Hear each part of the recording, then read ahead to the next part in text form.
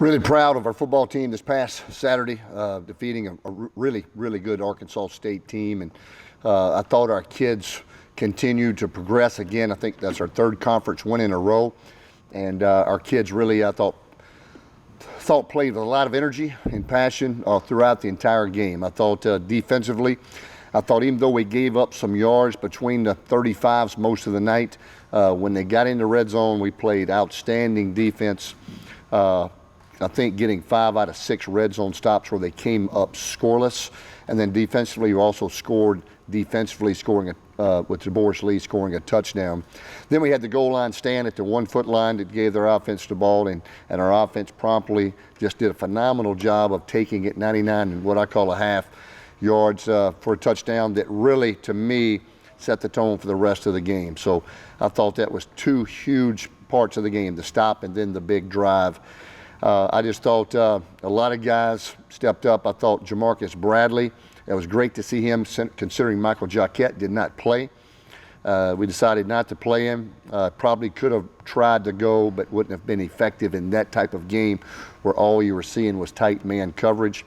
And we thought that Jamarcus Bradley and Keenan Barnes would give us our best chance to be successful. But I thought Anthony threw the ball exceptionally well, especially the deep ball. And our guys ran some great routes, and he put it in some great spots, and he was able to make some big plays, considering that Arkansas State did a great job of, they really packed the box, made it difficult to run, played man-to-man on the outside, and really made it a one-dimensional game, but we was able to take that other dimension and win the football game with it. So that was a big plus. Defensively, Otha Peters played an outstanding game all over the field, and our defense, like I said, come up with some big stops, some timely stops, especially at the end of the ball game. Memorial Osborne just made a phenomenal play to get their quarterback down on the last play of the game. So what a finish, what a college football game. We've had some great ones with Arkansas State, obviously, in the years past, and that was just another one of those. But excited the way our football team is continuing to improve, and we're seeing it each week. And so excited to now turning our attention to I think a very much improved Louisiana Monroe football team that, to me, is playing as good as they've played all year right now. They've got some solid wins. They've got some very close losses, and so they're going to be always a tough challenge when you go to play those guys. I've got a lot of respect for Coach Viator. I think him and his staff do a phenomenal job. That was evident with what they did at McNeese and the success that he had there. And he's taken that same mindset to ULM and is off to a great start there. He'll do good things there without a doubt. He's a class guy and does a good job. So it'll be an outstanding contest. It always is. Our kids will need to have a great week of practice moving forward. But that was a great shot in the arm for our team. Big win, great victory locker room. Excited about now moving forward. Okay, later open up for questions. The fact that it was Osborne on that tackle, but then sort of got lost in the shuffle. What were the circumstances that led to him being in there, and was it just his speed more than anything? Yeah, wanted him on the field, him and Joe Dillon, for the pass rush. We had him and Joe Dillon on the edges, and Mario, as you know, has been out for about 4 or 5 weeks, in and out, just couldn't quite get back healthy again. And finally, they released him this week, which was a huge plus. Came at the right time just because of depth at the D-line spot. And, we've lost a few over the last 4 or 5 weeks. So it was great to see him get some. He didn't get a ton of reps, but he got quite a few, and that was good to see. And having his speed on the field was a difference right there when he chased the guy down. What was the thought process in your final offensive possession? Yeah, sort of goes back, if you think about it, sort of went back to just like when we played Georgia Southern. I didn't want to give them the ball back. I just did not want to give them, and you saw why I didn't want to give them back the ball, because they took it right down the field. So I didn't want to give them the ball back. We had thrown the ball on them pretty good. And so once we got the first play was a pass play, we got the sack. So Anthony, to be honest, we did the smart thing, took the sack instead of throwing it away. So the clock's still running, made them burn a timeout. Then we tried to get some of it back on the second one, which we threw incomplete. But after that, we ran it to keep the clock running. But I didn't want to give them the ball back. Not backed up right there. They would have got it a little past midfield on their end, but did not want to give them the ball back.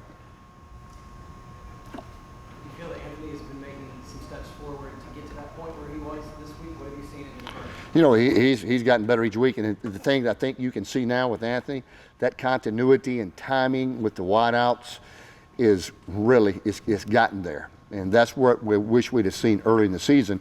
If you saw that one route that the hook route he threw to Jamarcus Bradley, it was thrown before Jamarcus Bradley was even close to where he's supposed to stop and turn in for the ball, and was perfectly thrown, perfect route, great timing.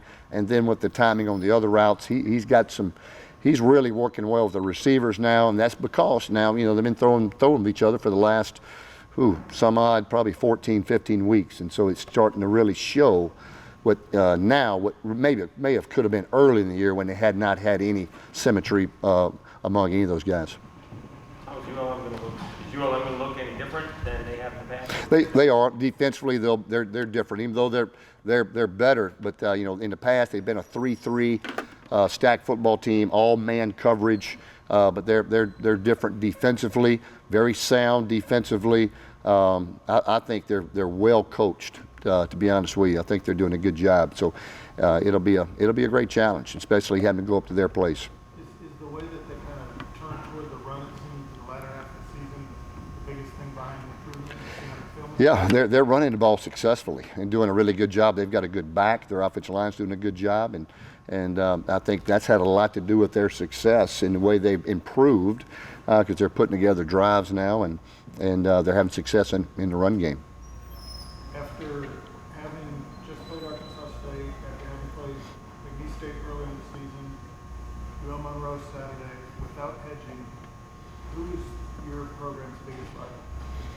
Just one. Ooh, just one? Well, that's a tough question, but to be honest with you, Louisiana Monroe, in-state opponent for us, in-state opponent who we have a lot of respect for, is always a tough, challenging football game.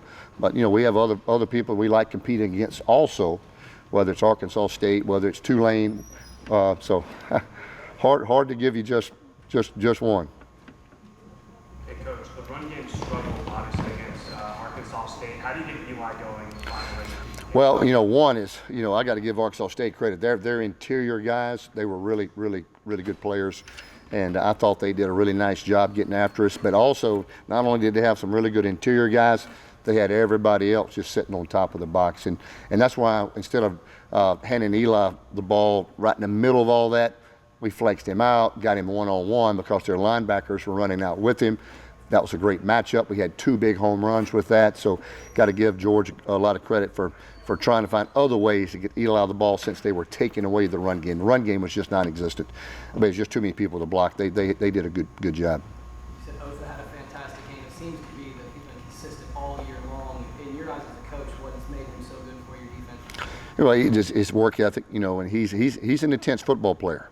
When he tackles you, he wants to really tackle you. And I thought he ran hard to the ball. I thought he tackled well. I thought he had an edge to him throughout the football game, and I thought that edge carried over to the rest of the defense and the team. And I thought our team had an edge to them, and that was great to see. And that was a game that we wanted to win. And we've beaten them the last 3 out of 4 years, and our kids take a lot of pride in that. And so, he knows they stopped a really good football team.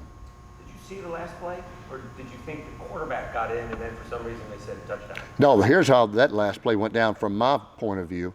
I saw him scramble to the right. Then I knew he had crossed the line of scrimmage, and I saw us chasing him down. And so when he got tackled or he went down, I'm throwing my hands up in the air. Boom, we just won the game. The officials hadn't quite raised their arms yet. Game's sort of over in my mind. And then another second or 2 goes by, and then I see the officials' hands go up, touchdown. And then they run out on the field. I'm like, well, how did that happen? I didn't see that other part of I didn't see the ball being fumbled backwards or thrown backwards. Then obviously the review process started, and just relaying back and forth to the box from the angle they had. They didn't think it was going to stand. Wasn't for sure, but didn't think it would, and sure enough, it did not. And then obviously we stormed the field. So it was a lot of emotions built up in that game. You can see both teams really wanted to win that football game, to say the least. And so it was another classic game between those 2 teams. There's a report in Arkansas that you and Coach Anderson spoke yesterday. What was the nature of the conversation? Yeah, I just called Blake because he had called me the year before when we had the incidents with Michael Quave at the end of the game, and he had called me sort of to apologize, and I just called him and said, hey, I want to tell you sorry we stormed the field, which they sort of stormed the field first too, but still said, hey, I want to tell him also great job of managing his side as we got both sides back, and we just agreed, hey, let whoever wants to shake hands, but let's just send them on up. Hard-fought game. Both teams wanted to play. Very spirited game all day long, really clean all day long between the whistles, and let's don't let it get out of hand. Let's just send them up. And I got a lot of respect for Blake and the job that he's done there, and all their coaches I'm friends with and know, and so it was a mutual respect right there.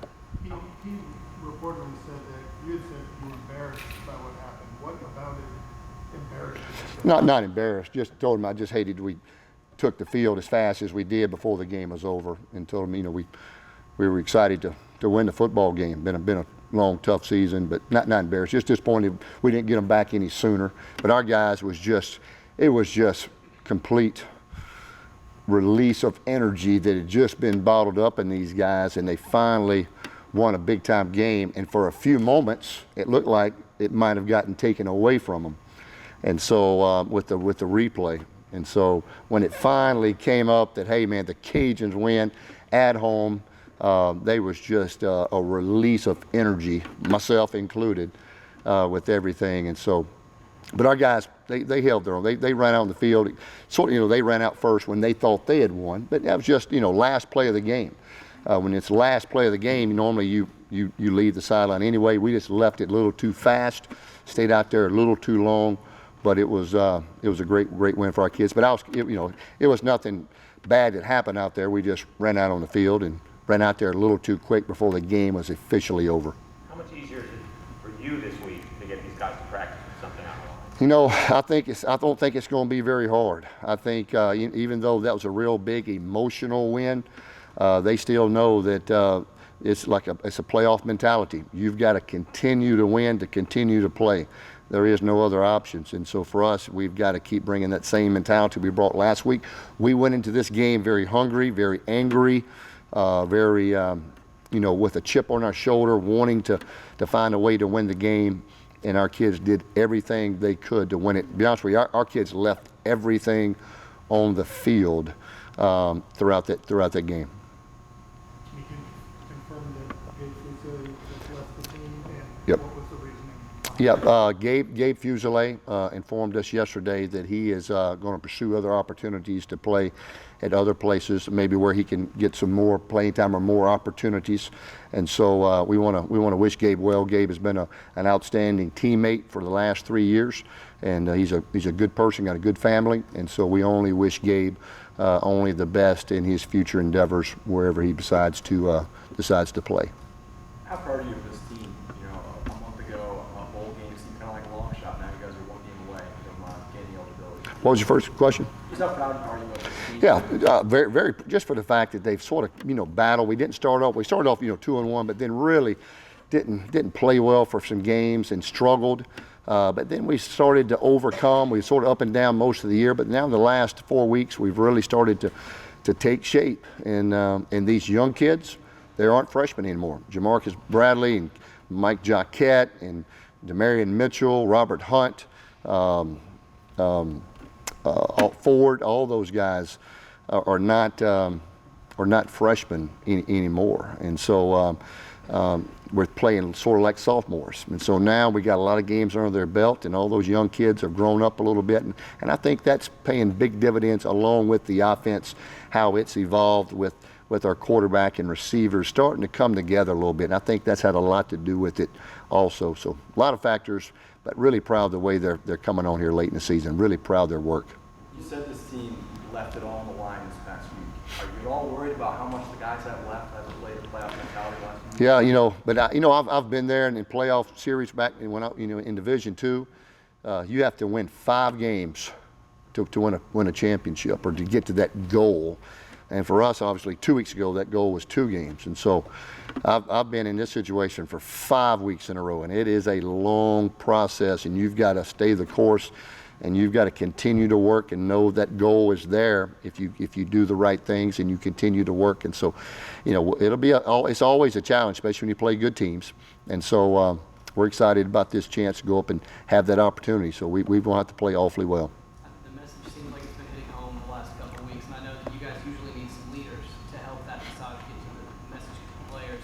Who have been the guys in the locker room that can really help support this? I think same ones, Otha Peters, Al Rouse, same guys, Elijah, those guys, same guys that have been preaching that message all year. And the guys, you know, they understand that. And these seniors, they want to go out winners, and that's important. Any senior class wants to leave a legacy, because the senior class each year is always remembered by what they did, by what that season ended up as. And so I know this senior class doesn't want to end up, you know, so I guess somewhat like last year. They want to leave a legacy that they can be proud of when they come back for homecomings for the next 30, 40 years. And so it'll be a big week for them.